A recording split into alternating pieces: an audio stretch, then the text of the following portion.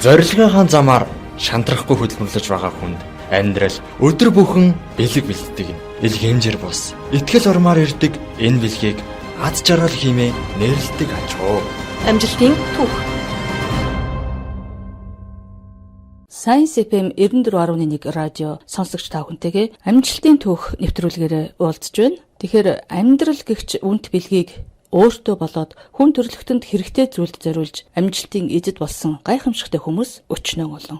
Тэд жижиг зүйлдэрч агуу их байж чадах зориг тэмүүллийнхэн гал дүлээр улс оронтой төдийгүй дэлхийд танигдж аз жаргалыг сэтгэл зүрхээрээ амтлах боломжийг бодит түүхээрээ бүтээдэг. Бусдад итгэлийн бамбар осоож оргилд хүрч чадсан олон хүний үнэн түүхийг энэ нэвтрүүлгээрээ бид хүргэхийг зорж байгаа. Тэр дундаа шинжлэх ухааны технологийн их сургуулийн салбарт ажиллаж, амьдарч, бүтээж, туйруулж байгаа эрхмүүдийн бодит сайхан үйлс бүтээлийг оюутан залуучууд, эрдэмтэн судлаачид, доктор, профессорууд за мөн нийт сонсогчдынхон сонирт хүргэхийг эрхэмлэн зорддог юм а. Амжилтын түүх нэвтрүүлгийн маань энэ удаагийн дугаарт химийн технологийн хүрээлэнгийн эрдэм шинжилгээний ажилтан, докторант, ган хүрлийн ган заяа өргөдөн оролцож байна. Амьдрал бол их баялаг юм. Дээр нь энэ оюун сэтгэлгээ, эрэл хайлт, хүчин чармайлт, чин сэтгэл ингэж цогцолж бүтсэн технологийн дэвшлүүд тийм ээ санаачилсан сайхан шинэ бүтээлүүдийн дэвшлүүд бас хариун байна. Эмчилгээний шаврын ангаах ухааны чиглэл бас шинэ дэвшил арга ач холбогдлоо оруулж байгаа энэ эмчилгээний шаврын судалгааныхаа талаар яри тийм ээ хэдийд яг энийг анхлан санаачилж бас энэ чиглэлд үйл ажиллагаагаа судалгаагаа зориулв. За тэгэхээр манай оронд бол яг анх эмчилгээний шаврын судалгаа бол ер нь 1957 оноос эхлээд бол хийгдэж эхэлсэн. Гэхдээ энэ дээр манай бас яг эмчилгээний шаврын биологийн идэвхийг нөхцөлдүүлж өгдөг энэ органик бодисын судалгаа бол орхигдсон байсан. За тэгээд энэ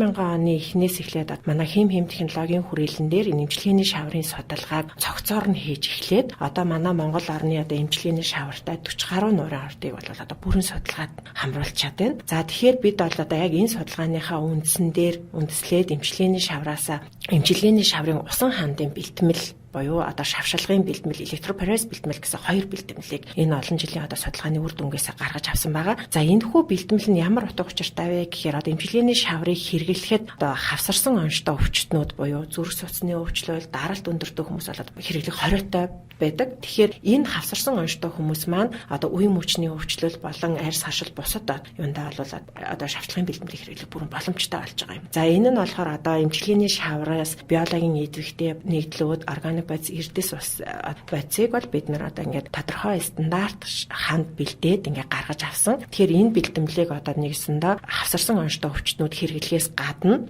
шавар эмчилгээ хийхлийн өмнө усан хаандын бэлтгэлийг хэрэглэх юм бол шавар эмчилгээний үйлчлэл үр дүн бол илүү сайжрах тийм боломжтой байгаа юм. Бид яг энэ судалгаагаа болохоор энэ сүүлийн 20 гаруй жилийн энэ эмчилгээний шаврын судалгаа хийснийхаа үр дүнд одоогоор бол яг энэ эмчилгээний шавраас гаргаад клиник туршилтанд нь оруулаад Монгол улсынхаа патент стандарт энэ бүх юмгаар нь бол ингээд баталгаажуулаад тэгээд гаргасан бүтээгдэхүүн байгаа. Эмчилгээний шавар гэхээр ерөөсөө энэ сувилуудын халуун шавар энэ байгалийн эрдэс шаврууд дээр туршилсан байгаа бох тийм ээ. Яг онцлол яг тэр түүхийдээ яг хаанаас авч туршиж ангаах ухааны айлын эмнэлгүүдтэй хамтарч ажиллаж бас үр дүнгийн анхныхаа туршилтаар харуулсан тэр талаар бас дэлгэрүүлж яриулсан байна. За тийм бидний ер нь бол эмчилгээний шаврын судалгаа бол манай Монгол оронд яг эмчилгээний шавртай гэж тогтоогдсон энэ бүх нууруудын эмчилгээний шаврын судалгаа. За яг энэ эмчилгээний шаврынхаа усан хаандын бэлтгэлийг бид лаг шавруудаас боёо яг хүмүүсийн илүү их мэддэг гэх юм бол энэ үлзийт нуурын хашаан шавар байна. Эндээс бол бид нар хамгийн анхныхаа юг бол гаргасан байгаа. За үлзийт нуур маань бол 100 гаруй жилийн түүхтэй яг энэ ардын эмчилгээнд бол хэрэглэгддэг. За энэ хэмжээгээр бол арьс хашил үе мөчөнд хэрэглэдэг шавар байгаа. Тэгэхээр яг энэ шавраас бид нар бол энэ Төв аймгийн үлзийт нуурын шавраас эхний ээлжинд энийг гаргасан байгаа. За клиник туршилтыг бол бид ангаах ухааны доктор Эрхэм Цэцэг гэж хүнтэй хамтраад клиник туршилтыг хийсэн байгаа. За энэ дээр бол 272 хүн оролцсон. За энэ нь болохоор яс үений холбоос мөн одоо арьс харшаал хоолойны ангийн гэдэг зэрэг өвчлөлтөө хүмүүст ер бол клиник туршилтыг хийгээд за эндээсээ бид тодорхой хувийн уусмлуудыг бэлтснээс за 5% уусмал бол яг яс холбогч эдийн өвчлөл илүү үр дүнтэй юм байна. За 3%-ийг болвол арьс харшлын өвчлөлт бол илүү үр дүнтэй юм байна гэсэн судалгаа гаргасан. За үүнийхээ үндсэн дээр бид энэхүү судалгаагаа цаашаа одоо үргэлжлүүлээд манай энэ бүтээгдэхүүнийг бол одоо ягаар энэ Баянзүрх дүүргийн эмнэлэг авч хэрглэж исэн. За мөн хувь хүмүүс бол маш их өөрсдөө авч хэргэлдэг. За тэгээд хит хитэн бас одоо совлын газруудад бид нар бол одоо ингээд нийлүүлээд байвж байгаа. За дээр нэг бас эрэл хайлт дүүрэн судлаач хүн тийм ээ. Амжилтын түүх нэвтрүүлгийн зочид бол ерөөсөө өөрсдөө нээх сурч байгаа чиглэлээсээ гадна өөрийн хобби сонирхлоороо бас энэ шинэ ертөнцийг өөртөө зэлэтлнээх араасаа бас хамт олон үе тэнгийнхнийгээ бас шавнараа дагуулах гэдэг олон сайхан зам жим гаргадаг шүү дээ. Тэгэхээр өөрийнхөө суралцаж ирсэн амжилтынхаа түүхийг бас жоохон хуваалцахгүй юу? Аль сургуулийг хэдэн он төгсөв? Тэрнээс хойш ажлынхаа туршлагаасаа бас сайхан хуваалцаад. За би бол одоо яг энэ шинжилгээ ухаан технологийн их сургуулийн хим технологийн ангийг 2005 онд төгссөн. 2001 онд ороо 2005 онд төгссөн. За тэгээд 2006 оноос хойш бол хим технологийн хүрээлэнд бол ген органик химийн лабораторид эрдэм шинжилгээний ажилтнаар орсноос хойш одоо болтол яг тэнд ажиллаж байна. За яг энэ орсон цагаас хойш бол шинжилгээ ухааны доктор профессор Далмаа гэж хүний одоо удирдлагын дор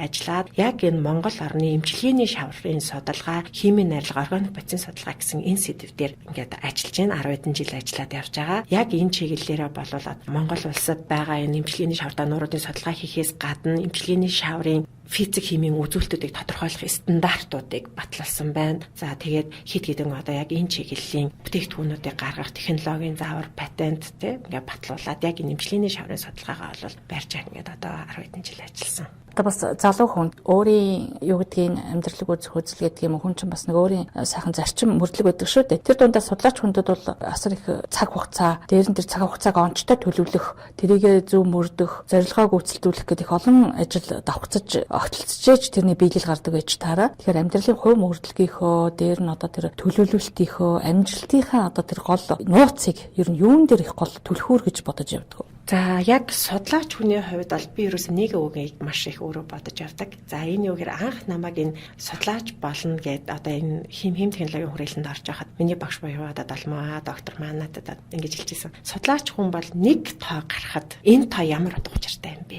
Энэ тоо яагаад гарав гэдгийг л маш сайн бодож явах хэрэгтэй гэдэг. Тэр би ерөөсөө л яг энийг одоо болтол яг ингээд маш их бодож явдаг. Тэгэхээр бидний энэ гаргаж байгаа олон судалгааны үр дүнгуудээс энэ тоо ямар утга учиртай юунтайгаа холбоотой байгаа юм бэ гэдгийг л судлаач хүн илүү их тэрнийг ойлгож мэдэж явж явах хэрэгтэй. За тэгээд миний яг өөрийн энэ судалж байгаа судалгаа маань ганц би одоо хиймч хүн гэдгээсээ илүүтэйгээр хүний эрүүл мэндэд хэрэгтэй юм аа гэдэг үднээс нь би за энийг би энэ судалгаа хийх юм бол маш олон хүнд хэрэгтэй үйл ажиллагааг хэрэгтэй байгаа юмыг би гаргах юм байна гэдэг үднээсээ илүү их эндээ би байнгын одоо ганц хийм гэдэг талаасаа биш ангаах талын юм уншдаг энэ нь ийм юм ба гэж хүмүүст одоо танин мэдхүн талын хүртэл хэлхийг зорж ингэж явдаг ерөөсөө юм шинийг эрэлхийлэх нэг хүн мэдгүй байгаа миний мэдж байгаа энэ хүн бас мэдэхгүй байгаа хаа. Тийм учраас би энэ хүнд ойлгомжтой байдлаар яаж тайлбарлах вэ гэдэг үүднээс нэлээ их тийм эрэлхийлжил явдаг та. Амжилт гэдэг бол одоо мэрэгэн санаа юм. Тэр мэрэгэн санаагаа хэрэгжүүлэх арга зам юм гэж ярьдаг тийм ээ. Тийм ухаантнууд юу гэдэг л да. Гэхдээ хүн болгонд өөрийн арга зарчим байдагчлан яг энэ мэрэгжлийн чиглэлээр их галаацтай судалгаа хийж эрэл хайлтанд өөрийгөө шамдуулахаас гадна өөрийн нэг бас арга байгаа тийм түрэн бас сөхөд орхисон. Гол төлхөөр нь юундаа байна гэдгийг бас хуваалцсан санагдаад байгаа. Бидний хувьд бол яг гол төлхөөр гэвэл тухайн хүн судалгаа шинжилгээ хийж байгаа бол тэндээ ерөөсөө өөрийнхөө бие сэтгэлээ бүрэн зарцуулна. За тэгээд тэрнээс гадна бидэнд чинь энэ сүүлийн үед гарч байгаа бүх мэдээ мэдээлэлтэй танилцах чиглэлээр өөрийгөө бас давхар хөгжүүлээд ингээ явах нь л илүү гэж би бол одоо тэгж боддог. За тийм үднээс та ямар судалгаа хийх гэж байгаа вэ? Яг юу хийх гэж байгаа вэ гэдэг дээрээ илүү их тулгуурлаад шинэ бүх зүйлийг олж мэдхийн тулд цаг заваа зарцуулаад суух нь л хэрэгтэй л гэж гэж би бодлоо та өөрөө тэгж л боддог шүү дээ. Ер нь бол Ер нь 2 оны заагч гэж ярилтгүй судлаач хүн бол дараагийнхаа зорилтыг товлчихсан явж идэг тийм ээ. Нэг зүйл хийж хахад нөгөөгөөс ургаж гарах ч тохиол байна. Ер нь бол санаа бодолдоо аль хэдийн ас хэдийнхээ зорилгыг товлоод эхлээ барьсан ч яваа гэж магадгүй юм. Тэгэхээр зорилгоос нь усаа хуваалцъя. За юуны түрүүнд болохоор манай Монгол оронд одоо энэ эмчилгээний шавартай нууруудыг бид одоо эхний ээлжинд бид олон улсын анги бүлэгт нь бол одоо хамруулчлаа гэж бодоход энийг цаашдаа манай энэ орны одоо эмчилгээний шаврууд маань аль нь илүү одоо эмчилгээний косметик талдаа хэрэгтэй байгаа юм бэ? Аль нь илүү их одоо үе мөч талдаа хэрэгтэй байгаа юм бэ гэдгийг бид нэр одоо ангилж өгөх шаардлагатай байна. За мөн дээрэс нь бид хүмүүсийн эрүүл мэндэд хэрэгтэй байх гэдэг үднээс хэд хэдэн шинэ бүтээгдэхүүн гаргахаар бол одоо төлөвлөөд тэгээ судалгааны ажиллаа эхний хэдийн яг бол ерөнхийдөө одоо гаргаад бас 1-2 шинэ бүтээгдэхүүн гарах байхаа. Бас эмчилгээнийх үү? Бас яг энэ эмчилгээнийхаа шавраасаа гаргах. За их баярлалаа. Ингээд эрдэм судалгааных нь өөрөх хүүсэд амжилт хүсье. Одоо тэгээ олон сайхан зорилго товлчихсан явж байгаа юм байна. За баярлалаа. Та бүхний бас ажилд өндрөөс өндөр амжилт хүсье. Амжилтын түүх нэвтрүүлгээр химийн технологийн хүрээлэнгийн эрдэм шинжилгээний ажилтан докторант Ган Гүрлийн Ган Заяатай ярилцлаа.